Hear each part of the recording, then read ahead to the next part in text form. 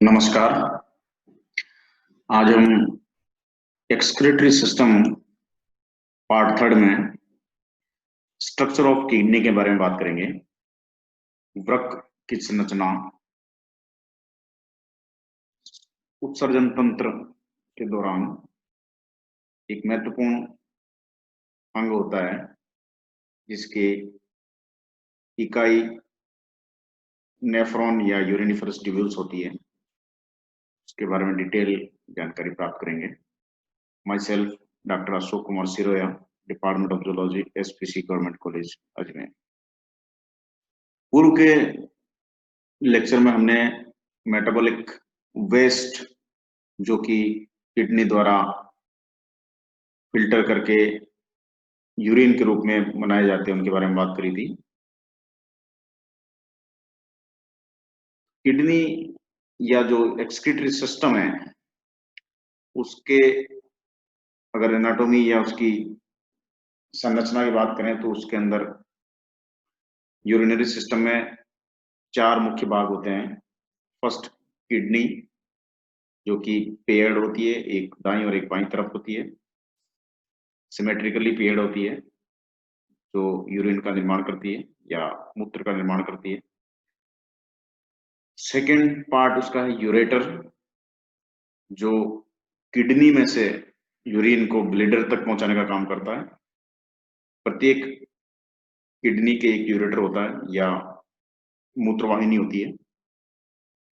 और third part है bladder या मूत्राशय, जहां पर ब्लड को या यूरिन को कलेक्ट किया जाता है, संग्रहण किया जाता है जब तक कि यूरिनेशन नहीं हो, मूत्र उत्सर्जन की क्रिया नहीं हो, तब तक ब्लैडर में यूरिन संग्रहित रहता है। और फोर्थ पार्ट है urethra. Urethra carries urine from bladder to external environment. तो इन सब में ब्लैडर एक स्टोरेज के रूप में काम कर रहा है, यूरिथ्रा एक्सक्रीटरी या उत्सर्जी मार्ग के रूप में काम कर रहा है, और यूरिटर जो है वो किडनी से ब्लैडर तक जो यूरिन है उसको पहुंचाने का काम कर रहा था। लेकिन जो यूरिन फॉर्मेशन का जो काम है वो मुख्य रूप से किडनी द्वारा ही किया जाता है। तो किडनी की संरचना बहुत महत्वपूर्ण इसके अंदर हो जाती है। किडनी की संरचना के बारे में ज्ञान करने के लिए हमने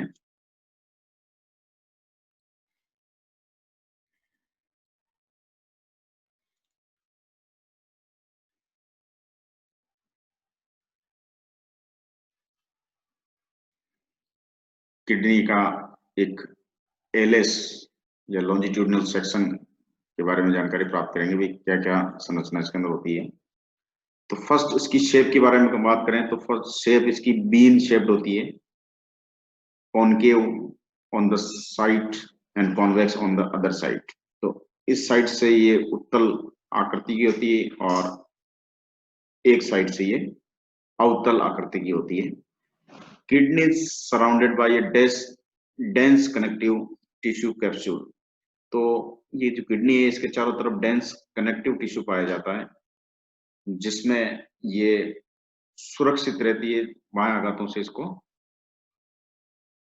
बचाव रहता है। जो कॉनकेव साइड है, जहां पर एक अंदर की तरफ एक धसा हुआ हिस्सा होता है, उसको हम हाइलस कहते हैं, जहां पर nerves, blood vessels, lymph vessels जो है वो अंदर की तरफ एंटर करती है। ये जो हिस्सा है ये का हाइलस कहलाता है, जिसमें ये जैसे रीनल आर्टरी है, रीनल वीन है और लिम्फ वेसल्स जो है वो अंदर जाती है और बाहर निकलती है। रीनल पेल्विस जो है expanded end of the ureter that also connect to the hilus, a region where urine from the kidney collects and drain into ureter। ये जो पार्ट है रीनल पेल्विस, ये जो अंदर इसके अंदर पाया जाता है, किडनी में, उसको हम रीनल पेल्विस कहते हैं, जहां पर यूरेटर जहां तक एक्सटेंडेड रहता है और हाइलस से इसका कनेक्शन रहता है, जहां पर, और यहाँ पर यूरिन जो है वो फॉर्म होकर के किडनी से कलेक्ट करके नीचे यूरेटर की तरफ यहाँ जाता है।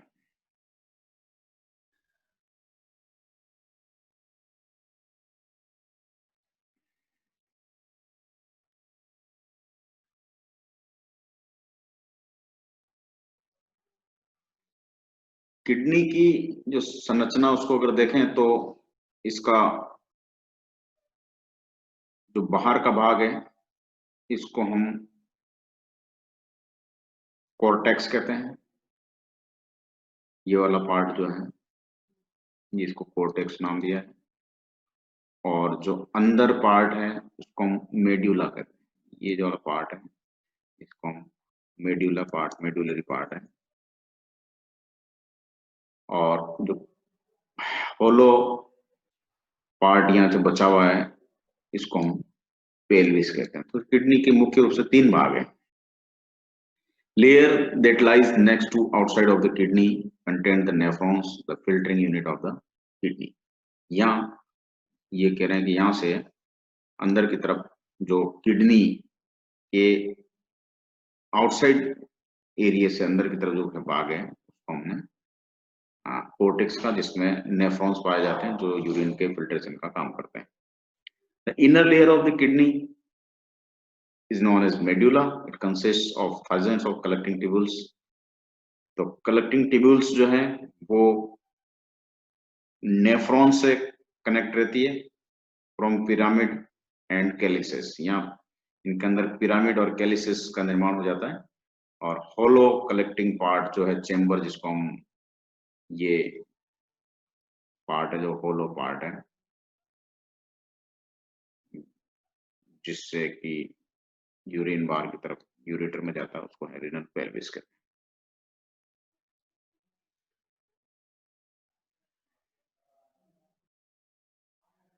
अभी हमने डिस्कस किया था कि जो यूरिनरी सिस्टम है या एक्सक्रीटरी सिस्टम है उसकी इकाई मेमल्स में नेफ्रॉन होती है, इसको यूरिनिफरस ट्यूब्यूल्स भी कहते हैं।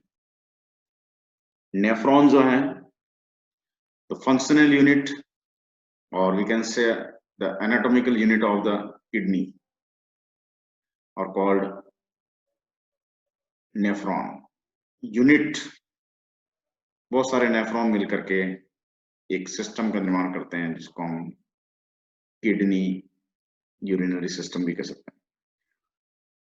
Nephrons are located in renal cortex. Renal cortex में इनकी पोजीशन होती है, ये बहुत इंपॉर्टेंट है। Except for their loop of Henle, जो लूप ऑफ हेनले ये वाला पार्ट ये मेडुला में बसा रहता है, which descend into the renal medulla. Blood enters the nephron where impurities are filtered out and emptied into the collecting duct. ये इसकी पार्ट है कलेक्टिंग डक्ट। कलेक्टिंग डक्ट में ये अपना जो फिल्टर किया हुआ यूरिन है वो उसके अंदर डाल देती है। तो purified blood leaves the nephron through the renal vein. तो जिसमें एक्सक्रीटरी पदार्थ होते हैं वो रीनल आर्टरीज के द्वारा अंदर यहाँ प्रवेश करता है, और रीनल वीन्स के द्वारा ये वापस बाहर निकल जाता है। तो प्यूरिफाइड ब्लड जो है वो जिसमें कि एक्सक्रीटरी पदार्थ नहीं होते हैं उनको प्यूरिफाइड ब्लड कह सकते हैं। वो रीनल वीन्स के द्वारा, ये रीनल वीन्स है जिसके द्वारा बाहर निकल जाता है। रीनल, इसके हम यदि इसके पूरे स्ट्रक्चर की बात करें, नेफ्रॉन के स्ट्रक्चर की बात करें, तो नेफ्रॉन का जो स्ट्रक्चर है वो दो पार्ट में अपन उसको स्टडी कर सकते हैं। पहला है रीनल कैप्सूल, रीनल कैप्सूल, और दूसरा जो है उसको हम कहते हैं रीनल ट्यूब्यूल्स। तो रीनल कैप्सूल की पहले बात करें रीनल कैप्सूल्स दो मुख्य संरचनाओं से मिलकर बनता है। पहला संरचना है बोमन कैप्सूल और दूसरी संरचना है ग्लोमेरुलस। तो बोमन कैप्सूल या बोमन संपुट जो है वो ये जो संरचना है उसको हमने बोमन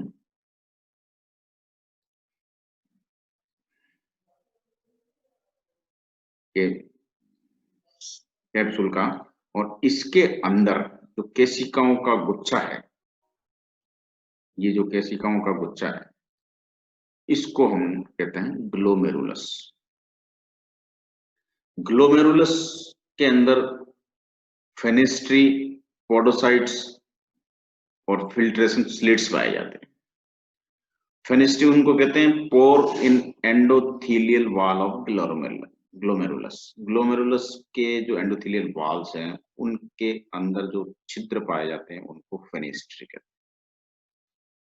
स्पेशलाइज्ड सेल्स हैं पोडोसाइट्स, जिन जो छिद्र युक्त कोशिकाएं होती है जिनसे फिल्ट्रेशन आर पार होता है, और फिल्ट्रेशन स्लिट्स कोशिकाओं के मध्य जो अवकाश या जगह होती है उनको फिल्ट्रेशन स्लिट्स कह सकते हैं।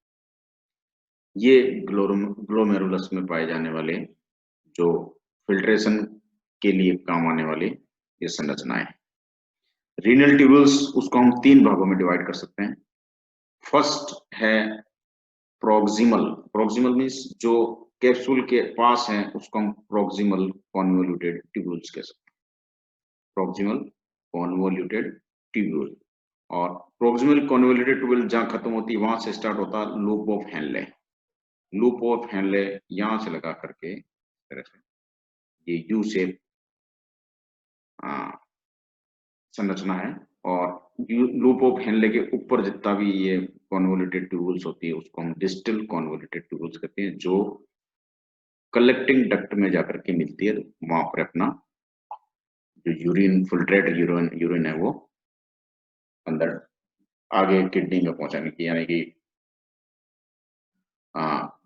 यूरेटर में पहुंचाने के लिए आगे पहुंचाती है। ये एक basic unit, functional unit of kidney, nephron या यूरिनिफरस ट्यूबुल्स की संरचना है।